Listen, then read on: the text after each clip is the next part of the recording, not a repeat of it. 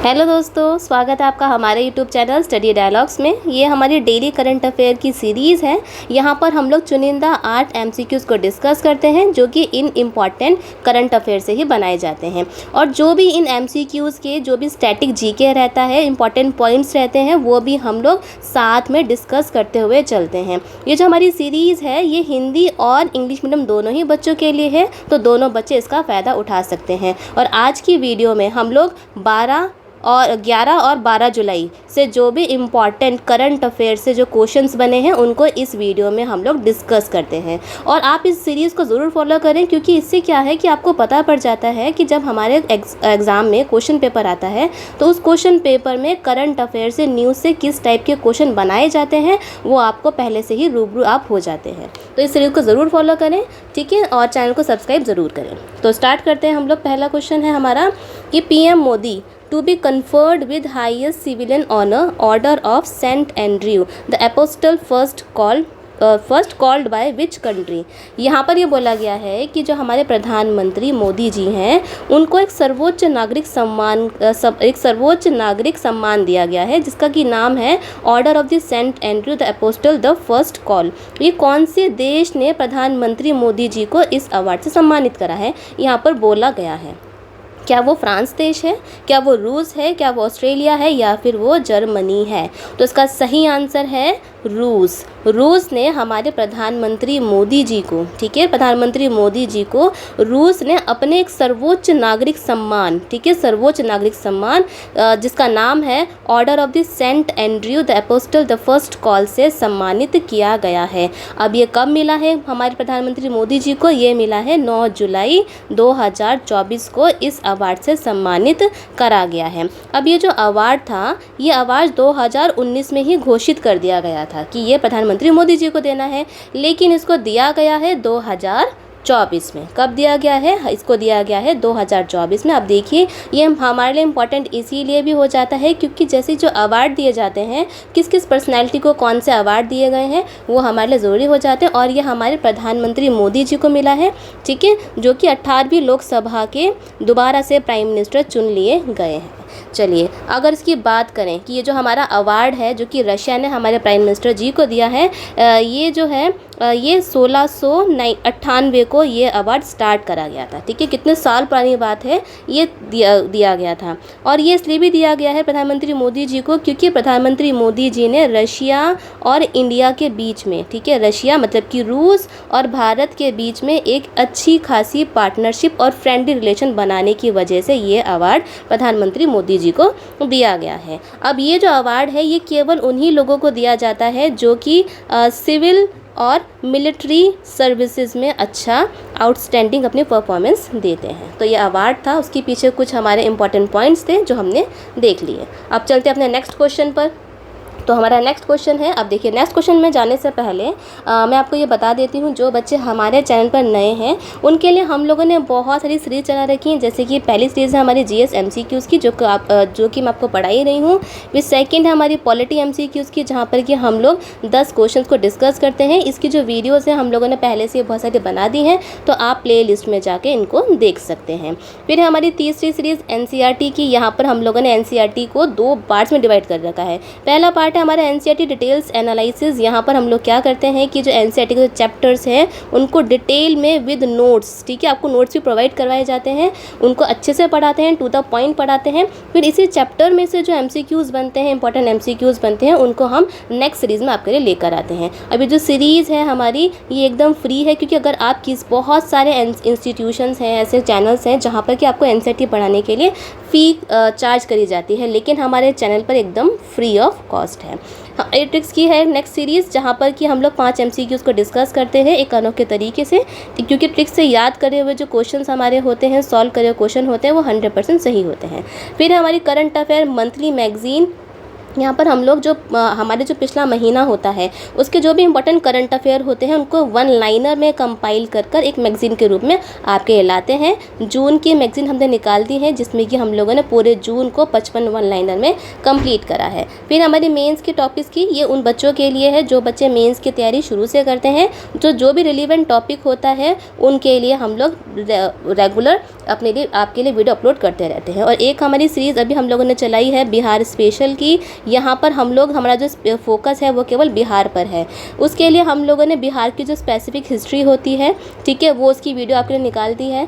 बिहार के जो last 6 month के जो भी करंट अफेयर हैं स्पेसिफिक स्पेशल बिहार के, वो वीडियो निकाल दी है। और बिहार के जो जून की करंट अफेयर है उसकी वीडियो भी हम लोगों ने निकाल दी है। अब आगे भी हम लोग बिहार स्पेशल के रेगुलर वीडियो निकालते रहेंगे, तो आप इन वीडियो का फ़ायदा उठा सकते हैं। अगर आप हमारे चैनल की कम्युनिटी में जाते हैं तो वहाँ पर हम लोग रेगुलर क्वेश्चन आपके लिए पोस्ट करते हैं, आपकी प्रैक्टिस के लिए ये क्वेश्चन पोस्ट करे जाते हैं। तो जितनी भी सीरीज़ हमारी चैनल पर चल रही हैं वो हिंदी और इंग्लिश मीडियम दोनों ही बच्चों के लिए है, तो दोनों बच्चे इसका फ़ायदा उठा सकते हैं और एकदम फ्री ऑफ कॉस्ट है। तो चैनल में जाइए, इसका फ़ायदा उठाइए और सब्सक्राइब ज़रूर करिए। चलते हैं अपने नेक्स्ट क्वेश्चन पे। तो नेक्स्ट क्वेश्चन हमारा बोलता है कि जॉइंट मिलिट्री एक्सरसाइज, ठीक है, जॉइंट मिलिट्री एक्सरसाइज मैत्री हेल्ड बिटवीन इंडिया, और ये बोल रहा है कि जो संयुक्त सैन्य अभ्यास है, ठीक है, मिलिट्री एक्सरसाइज है सैन्य अभ्यास, ठीक है, वो भारत और किस देश के बीच में अभी आयोजित किया गया, ये पूछा जा रहा है। क्या वो भारत और सिंगापुर के बीच में करा गया, थाईलैंड के बीच में, ऑस्ट्रेलिया या फिर केन्या? तो इसका सही आंसर है थाईलैंड। भारत और थाईलैंड के बीच में मैत्री मिलिट्री एक्सरसाइज अभी अभी यहाँ पर ये हेल्ड हुई है, ठीक है, हुई है, जो कि अभी चल भी रही है। ये जो है आपकी 1 जुलाई से 15 जुलाई तक 2024 तक ये चल रही है, ठीक है, 1 से 15 तक चल रही है। अब ये जो मिलिट्री एक्सरसाइज है ये कहाँ हो रही है, कहाँ पे कंडक्ट करी जा रही है? अभी फ़िलहाल 2024 की अगर हम बात करते हैं तो ये थाईलैंड में ये कंडक्ट करी जाती है, ठीक है। कहाँ पर हो रही, कंडक्ट हो रही है, और ये इसका 13वां एडिशन है, ठीक है। कौन सा एडिशन है? ये 13वां इसका एडिशन है। अगर इसके लास्ट एडिशन की बात करें, ठीक है, मतलब 2024 से पहले जो इसका एडिशन हुआ था वो 2019 में हुआ था। कहाँ पर हुआ था? 2019 में हुआ था, और हमारे भारत के नॉर्थ ईस्ट राज्य मेघालय में ये एक्सरसाइज करी गई थी, ठीक है। और अगर इसकी बात करें कि यहाँ पर ऐसी एक्सरसाइज में इस मैत्री एक्सरसाइज का मतलब क्या है, उद्देश्य क्या है?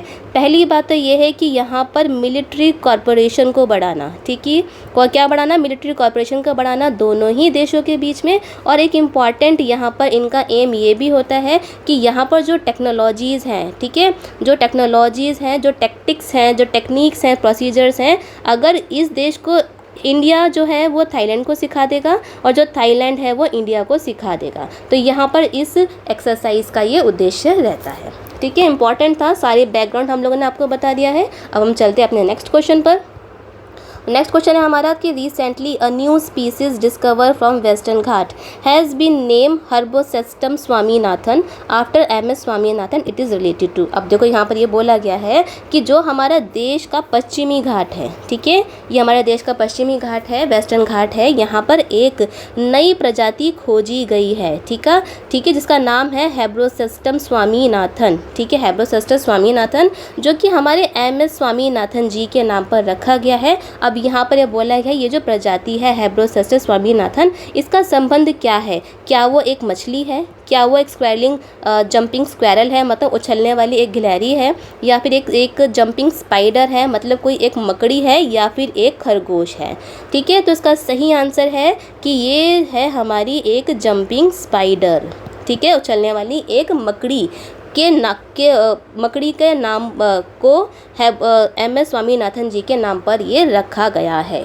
ठीक है। ये कहाँ पर रखा गया है? MS स्वामीनाथन जी के नाम पर रखा गया है, जो कि हमारे वेस्टर्न घाट में ये मिली है। अगर हम लोग इस हेब्रोसेस्टम स्वामीनाथन मकड़ी के बारे में बात करें तो ये जो कुंथी रिवर है, ठीक है, ये जो कुंथी रिवर है इसके किनारे पर ये पाई गई है, जो कि वेस्टर्न घाट में पाया जाता है। अगर हम वेस्टर्न घाट की बात करें तो जो हमारे पश्चिमी घाट हैं वो ये मोस्ट इम्पॉर्टेंट बायोडाइवर्सिटी हॉटस्पॉट के अंदर आते हैं, ठीक है, बायोडाइवर्सिटी हॉटस्पॉट के अंदर आते हैं। और अगर पूरे विश्व की बात करें तो यहाँ पर इकोलॉजिकल रिचनेस भी है, मतलब कि यहाँ पर बहुत ही अलग अलग प्रकार के जंतु और जीव जंतु पाए जाते हैं, अलग प्रकार के आपको वनस्पतियाँ मिल जाती हैं, वेजिटेशंस मिल जाती हैं। तो इसलिए यहाँ पर ये हमारे लिए इम्पॉर्टेंट हो जाता है, क्योंकि यहाँ पर MS स्वामीनाथन जी का नाम है।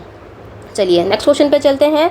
हमारा नेक्स्ट क्वेश्चन क्या है कि who has been appointed as a principal advisor for national tuberculosis eradication programme.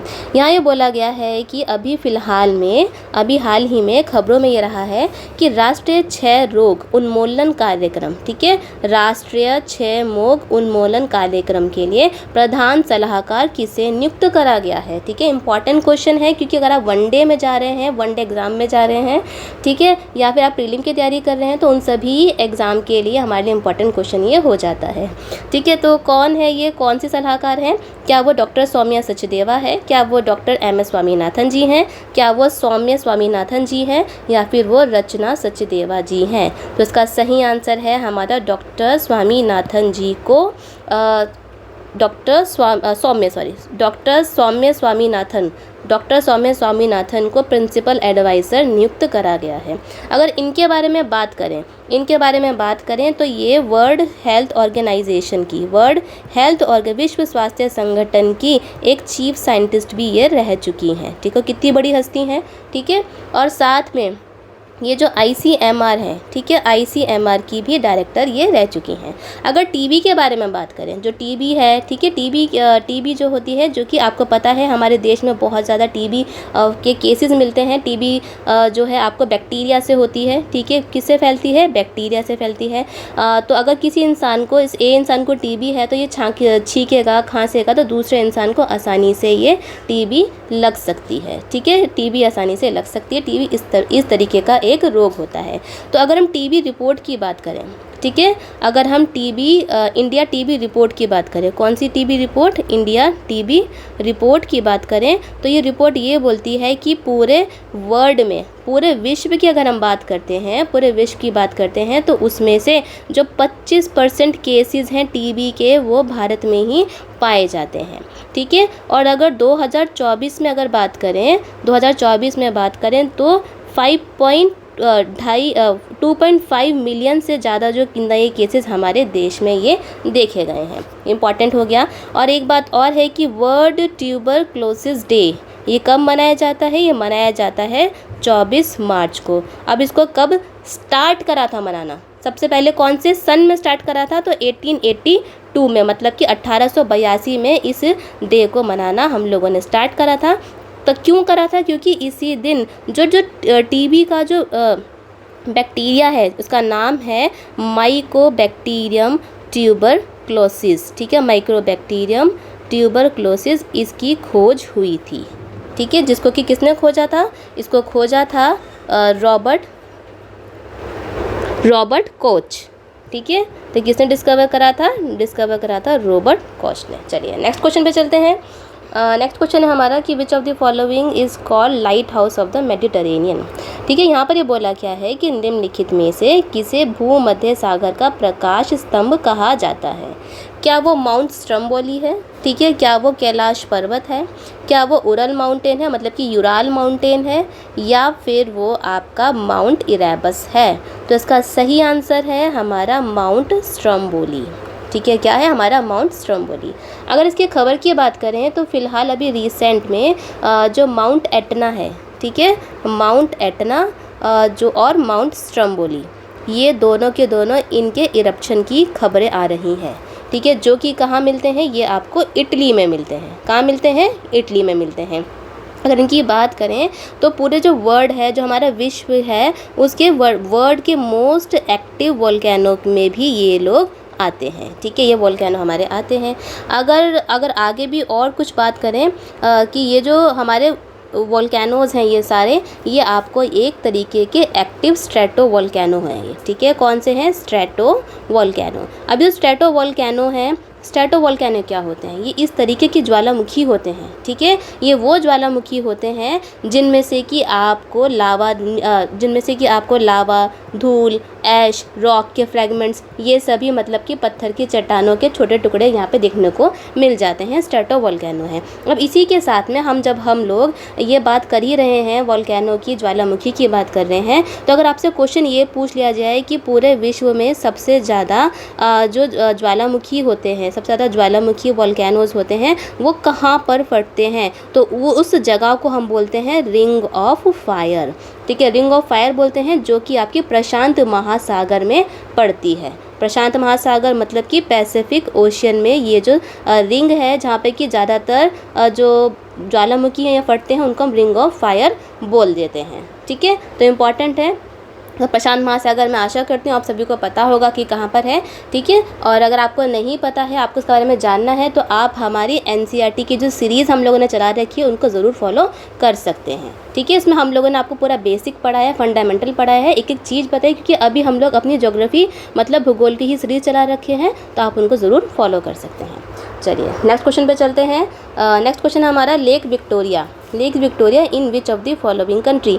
यहाँ पर बोला है कि जो विक्टोरिया झील है निम्नलिखित में से कौन से देश में है। ठीक है, क्या वो ज़ाम्बिया, केनिया, इथोपिया में है, क्या वो US और कनाडा में है, क्या वो तंजानिया, युगांडा और केनिया में है, या फिर वो तंजानिया, नाइजीरिया, इजिप्ट में है। लेक विक्टोरिया की बात हुई है तो इसका मतलब ये है कि ये हमारा आंसर सी बिल्कुल सही है, जो लेक विक्टोरिया है। ठीक है, लेक विक्टोरिया की अगर हम बात करते हैं तो वो केनिया, ठीक है, केनिया हो गया, तंजानिया, ठीक है, केनिया, तंजानिया और युगांडा। ठीक है, केनिया, तंजानिया और युगांडा में इन सभी जो तीनों देश हैं, इन सभी तीनों देशों की बाउंड्री को छूती है लेक विक्टोरिया। ये क्वेश्चन आपसे पहले भी पूछा जा चुका है। अब ये देखिए, जो लेक विक्टोरिया है, जो झील विक्टोरिया है, सबसे पहली बात तो है ये आपके अफ्रीका कंटिनेंट मतलब कि जो आपका अफ्रीका महाद्वीप है, अफ्रीका महाद्वीप है, वहाँ पर पड़ती है लेक या फिर झील विक्टोरिया की हम लोग बात कर रहे हैं। इस साइड यहाँ पर पड़ेगी आपको। ठीक है, यहाँ आपका हो जाएगा केनिया, युगांडा और ये हो जाएगा आपका तंजानिया। इंपॉर्टेंट है, बहुत ज़्यादा इंपॉर्टेंट है। अगर खबरों की बात करें कि खबरों में कैसे था, खबरों में ये था कि जो केनिया जो गवर्नमेंट है, जो केनिया देश की जो सरकार है, उसने ये बोला है कि हम लोग 2024 के अंत तक जो कौवे हैं, ठीक है, जो कौवे हैं उनको मार देंगे। अब ये कौन से कौवे? वो कौवे जो हम लोग भारत में देखते हैं, जो हमारे काले काले कौवे जो काँव काँव करके दिखते हैं ना, वो जो भारत में हम लोग को दिख रहे हैं, तो वही भारतीय कौवे केनिया में भी हैं। अब वो कैसे पहुँचे? वो बहुत साल पहले भारत से केनिया पहुँचाए गए थे। तो उन्हीं कौवों को मारने की बात यहाँ पर कही गई है। अब ऐसा क्यों कहा गया है? क्योंकि केनिया के लिए ये जो हमारे भारतीय कौवे हैं, ये एक इन्वेसिव स्पीसीज़ है, लेकिन हमारे लिए नहीं है, क्योंकि हमारे यहाँ तो पाए जाते हैं, लेकिन हमारे यहाँ से केनिया में पहुँचाए हैं, तो इसलिए ये केनिया के लिए इन्वेसिव स्पीसीज़ होगी, जो कि उनकी जो खुद की लोकल स्पीसीज़ है, उन सभी पक्षी, लोकल जो बर्ड्स हैं, पक्षी हैं, उनको नुकसान पहुंचा रही है। उनका ये कहना है कि जो हमारे लोकल पक्षी के जो बर्ड्स के जो घोंसले हैं, अंडे हैं, उनको ये जो कौवे हैं ये नुकसान पहुंचा रहे हैं, उनको मार रहे हैं। ठीक है, तो इनका कहना है, इसीलिए ये खबरों में था। तो हमसे ये खबर तो नहीं पूछी जाएगी कौन से कौवे कहाँ पर किस देश को मतलब प्रॉब्लम पहुँचा रहे हैं, वहाँ से हमें लेक विक्टोरिया के बारे में पूछा जा सकता है, तो हमें लेक विक्टोरिया के बारे में ध्यान रखना है। चलिए नेक्स्ट क्वेश्चन पे चलते हैं। नेक्स्ट क्वेश्चन है हमारा कि which of the following statements are correct regarding Powai lake. यहाँ पर ये बोला गया है कि जो पोवई झील है, ठीक है, निम्नलिखित में से कौन सा कथन पोवई झील के संबंध में सही है। यहाँ पे हमें करेक्ट स्टेटमेंट बतानी है, सही कथन बताना है। क्या पोवई झील जो है, क्या वो महाराष्ट्र के मुंबई में स्थित है? क्या ये एक आर्टिफिशियल मैन मेड लेक है, मतलब कि मानव निर्मित कृत्रिम झील है, या फिर ये जो है formed as a result of 2 dams build on the Mithi river, कि मीठी नदी के ऊपर 2 बांध बनने से ये जो पोवई झील है ये बनी थी। और इसका डी आएगा ऑल ऑफ द अबव। तो इसका सही आंसर है हमारा डी, कि ये तीनों की तीनों स्टेटमेंट्स जो है वो बिल्कुल सही है। अब देखिए यहाँ पर क्या था कि खबरों में पोवई झील जो है वो बहुत ज़्यादा खबरों में थी, तो उसी को लेकर हम लोगों ने यहाँ पर क्वेश्चन बनाया है। तो जो हमारा पहली बात है कि बिल्कुल सही बात है कि जो पोवई झील है वो हमारे महाराष्ट्र के मुंबई में ही है, स्थित है, ये बात हो गई।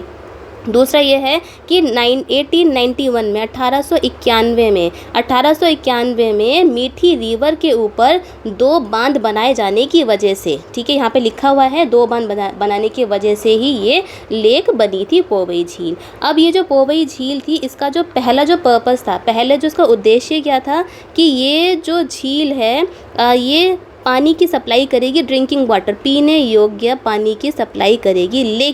लेकिन समय के साथ साथ इसका पानी इतना ज़्यादा गंदा हो गया कि महाराष्ट्र गवर्नमेंट ने इसको पीने के लिए अनफिट घोषित कर दिया कि ये पीने के लिए अभी योग्य नहीं है। तो आपसे इसकी लोकेशन पूछी जा सकती है। और तीसरी बात यही है कि ये मैन मेड है, क्योंकि जब हमने डैम बनाए हैं, जब हमने 2 डैम बना दिए तो डैम की वजह से बनने वाली झील है, कुछ नेचुरल प्राकृतिक तरीके से नहीं बनी है, इसीलिए ये हमारी एक मानव निर्मित झील है, इम्पॉर्टेंट है। चलिए नेक्स्ट क्वेश्चन पे चलते हैं। नेक्स्ट है हमारा the national tuberculosis elimination programme aim to eliminate TB in India by. यहाँ पर बोला है कि जो राष्ट्रीय टीबी उन्मूलन कार्यक्रम का उद्देश्य भारत से टीबी को किस वर्ष तक ख़त्म करने का है। ठीक है, टीबी, ये टीबी आएगा यहाँ पे, कब तक क्या है, क्या वो 2030 में है, 25 में है, 36 में है या फिर 35 में है। तो इसका सही आंसर है 2025 में। अब देखिए हम 2024 में जी रहे हैं, तो इस जो प्रोग्राम है NTEP का, जो प्रोग्राम का जो उद्देश्य ये है कि वो अगले साल तक 2025 तक टीबी के जो केसेस हैं, टीबी को हमारे भारत देश से बिल्कुल ख़त्म कर दें। ठीक है, अब देखते हैं आगे क्या होता है, क्या इसकी पॉसिबिलिटी लग रही है या फिर हो पाएगा नहीं हो पाएगा, वो तो जब आगे खबरें आएंगी वहीं से ये हमें पता पड़ेगा। अब ये न्यूज़ इसलिए है क्योंकि आपको पता है कि जो सौम्या स्वामीनाथन है उनको प्रिंसिपल एडवाइज़र बनाया गया है। क्या बनाया गया है? प्रिंसिपल एडवाइज़र बनाया गया है इसी वाले प्रोग्राम का, जिसके बारे में हम लोग ये बात कर रहे हैं।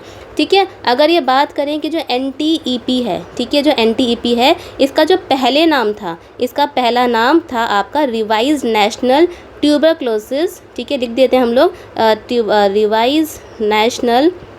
Revise national tuberculosis control programme था। ठीक है, अगर आपसे पहले पूछ लिया जाए कि इसका पहले का नाम क्या था, तो पहले नाम ये था, फिर इसको चेंज करके हम लोगों ने NTEP रख दिया गया है।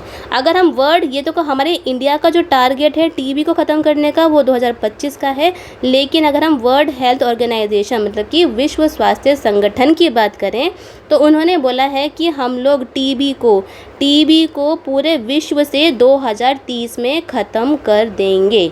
ठीक है, अगर इंडिया की बात करें 2025 में ख़त्म करेंगे, लेकिन पूरे विश्व की बात करें, पूरे टीबी की मतलब कि जो आपका टीबी रोग है उसको ख़त्म करने की बात 2030 में बोली गई है वर्ल्ड हेल्थ ऑर्गेनाइजेशन के द्वारा। ठीक है, चलिए ये थे हमारे 8 क्वेश्चन। अगर आपको इनमें से कोई भी डाउट है तो आप हमें कमेंट सेशन में पूछ सकते हैं। वीडियो कैसी लगी कमेंट करके ये भी बताइए, और आपके पास अगर कोई सजेशन है हमारी वीडियोस को लेकर, चैनल को लेकर, तो आप हमें बेझिझक बता सकते हैं, हम उन पर काम ज़रूर करेंगे। हमारी वीडियो को लाइक करिए, ज़्यादा से ज़्यादा लाइक करिए, वीडियो को शेयर करिए, अपने दोस्तों के साथ भी शेयर करिए। ठीक है, और चैनल को सब्सक्राइब ज़रूर करिए, अपने दोस्तों से भी करवाइए। तो मिलते हैं नेक्स्ट वीडियो में। Happy learning.